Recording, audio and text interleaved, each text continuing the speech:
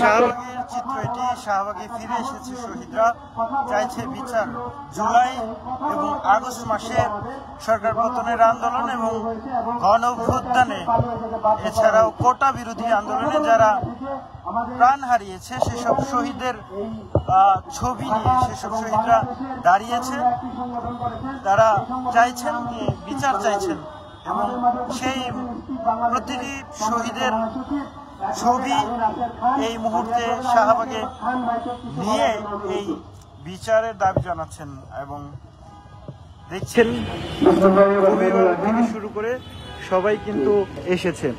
এবং আপনাদেরকে যদি দেখানোর চেষ্টা করি, প্রতিটি শহীদের ছবি এখানে প্রতিফলিত হয়েছে, সবার একেবারে মুখের সামনেই এই ছবি রাখা হয়েছে। এটি আবু সাঈদের ছবি, যেটি বলা হয় যে জুলাই বিপ্লব বা আগস্টের যে সরকার পতন, সেই সরকার পতনকে আরো বেগবান করেছিল আবু সাঈদের সেই সাহসী যে পদক্ষেপ, সেই সাহসী ভাবে এগিয়ে যাওয়া, বুক বিলিয়ে দেওয়া, সেই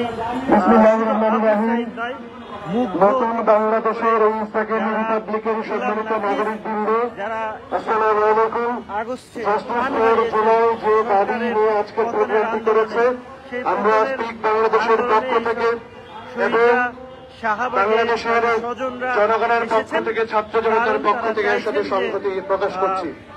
বিচারের দাবি বাংলাদেশের নাগরিকবৃন্দ, আজকে আপনাদের মুখাবাদের সামনে আমরা যাদের দেখতে পাচ্ছি, আমার বুক পেটে কান্না হচ্ছে।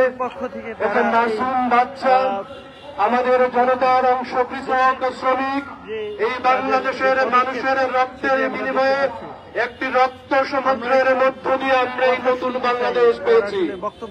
এই গণ অভ্যুত্থান বা বিপ্লবের প্রতিনিধি, এই গণ অভ্যুত্থান বা বিপ্লবের উত্তরসূরি বা পূর্বসূরি আমরা যাদেরই বিবেচনা করি, তারা হচ্ছে এই আমাদের শহীদরা।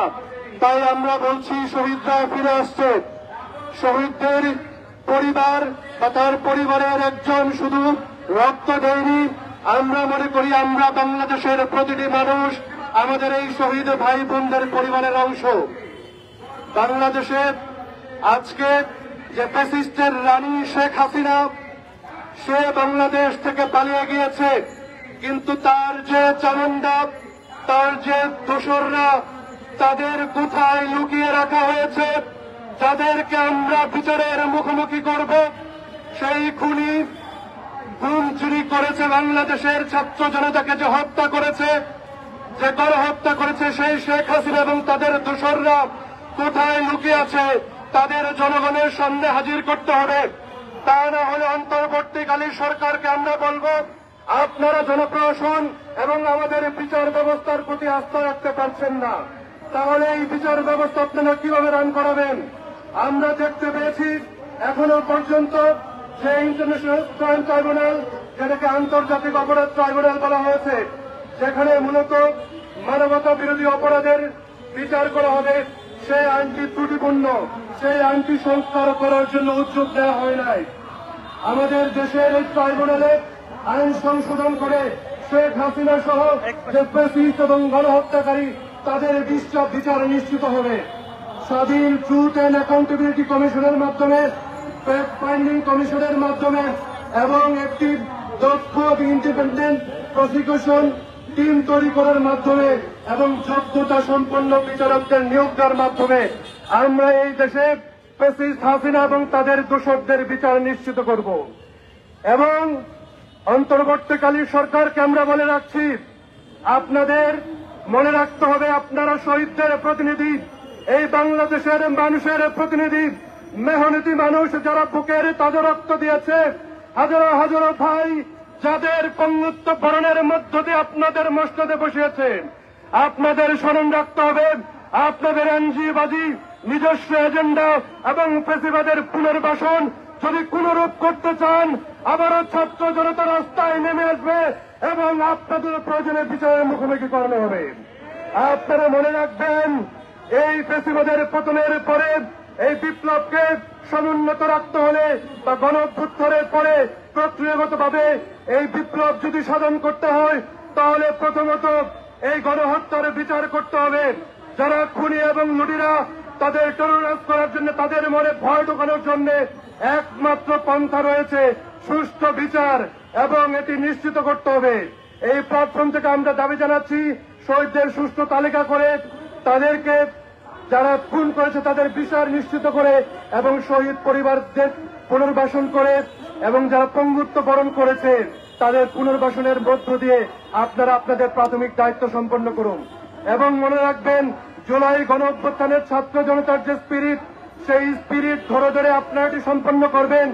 আমাদের দুর্ভাগ্য, 5 তারিখে যখন রক্তের দাগ শুকায় নাই, কিছু ব্যক্তিবর্গ কাল সাহেবের চুপপুর দরবারে হাজির হয়েছে রুটি এবং ক্ষমতার ভাগাভাগির জন্য। সেদিন যদি আমরা ছাত্র জনতার ম্যান্ডেটের কথা চিন্তা করতাম, তাহলে আমরা বিপ্লবী সরকার না হলে একটি হায়ার কাউন্সিল বা গার্ডিয়ান কাউন্সিল সেখানে আমরা বসাতে পারতাম, যারা উপদেষ্টারা মন্ডলীকে পরামর্শ দিত, এবং সেই হায়ার কাউন্সিলের সাথে অ্যাফিলিয়েটেড বডি থাকত, যার মাধ্যমে ছাত্র নাগরিকরা যুক্ত থাকত। আজকে যে ভ্যাকুয়াম, আমরা এই গণ অভ্যুত্থানের পরে জুডিশিয়াল কু, আনসারদের কু, এবং প্রতিনিয়ত যে আমরা এই পতিত আওয়ামী লীগের বিভিন্ন ষড়যন্ত্রের মুখোমুখি হচ্ছে, এটি হতে হতো না। তারপরেও যা হবার হয়ে গিয়েছে, আমাদের এই অভ্যুত্থানের স্পিরিটকে সমুন্নত রাখার জন্য, আমাদের বিপ্লবের অসমাপ্ত কাজকে সম্পন্ন করার জন্য ছাত্র জনতাকে সদা জাগ্রত রাখতে হবে, এবং এই গণহত্যার বিচারের দাবিতে যে কোনো সময় যে কোনো জায়গা থেকে আমাদের কার্যকরী চাপ প্রয়োগ করতে হবে। এবং আমি শেষ করব, আপনারা জানেন রাজনৈতিক কালচারের পরিবর্তনের জন্য চারদিক থেকে আওয়াজ উঠেছে, বিশেষ করে ছাত্র জনতা, যে পুরনো পরিবার কেন্দ্রিক এবং ঘুরে ধরা যে রাজনৈতিক কালচার যারা ফ্যাসিবাদের জন্ম দেয়, সেই রাজনৈতিক দলগুলোকে সংস্কার করার জন্য বলা হচ্ছে। তার জন্য দরকার বৃহত্তর ঐক্য। আমরা জাস্টিস ফর জুলাই, ঠিক বাংলাদেশ সহ সকল নাগরিক প্ল্যাটফর্ম থেকে বলছি, আসুন আমরা সব মত পথ ভুলে গিয়ে এই সেকেন্ড রিপাবলিককে প্রতিষ্ঠিত করার জন্য এবং আমাদের শহীদদের হত্যাকারীদের বিচার নিশ্চিত করার জন্য, বাংলাদেশের মানুষের মুখে হাসি ফোটানোর জন্য, ইকোনমিক জাস্টিস নিশ্চিত করার জন্য, আমাদের সাংবিধানিক এবং সরকারি প্রতিষ্ঠানগুলোকে অ্যাকাউন্টেবল করার জন্য আমরা সবার জায়গা থেকে সোচ্চার হই এবং আমরা কথা বলি। আমরা যদি এক থাকি এবং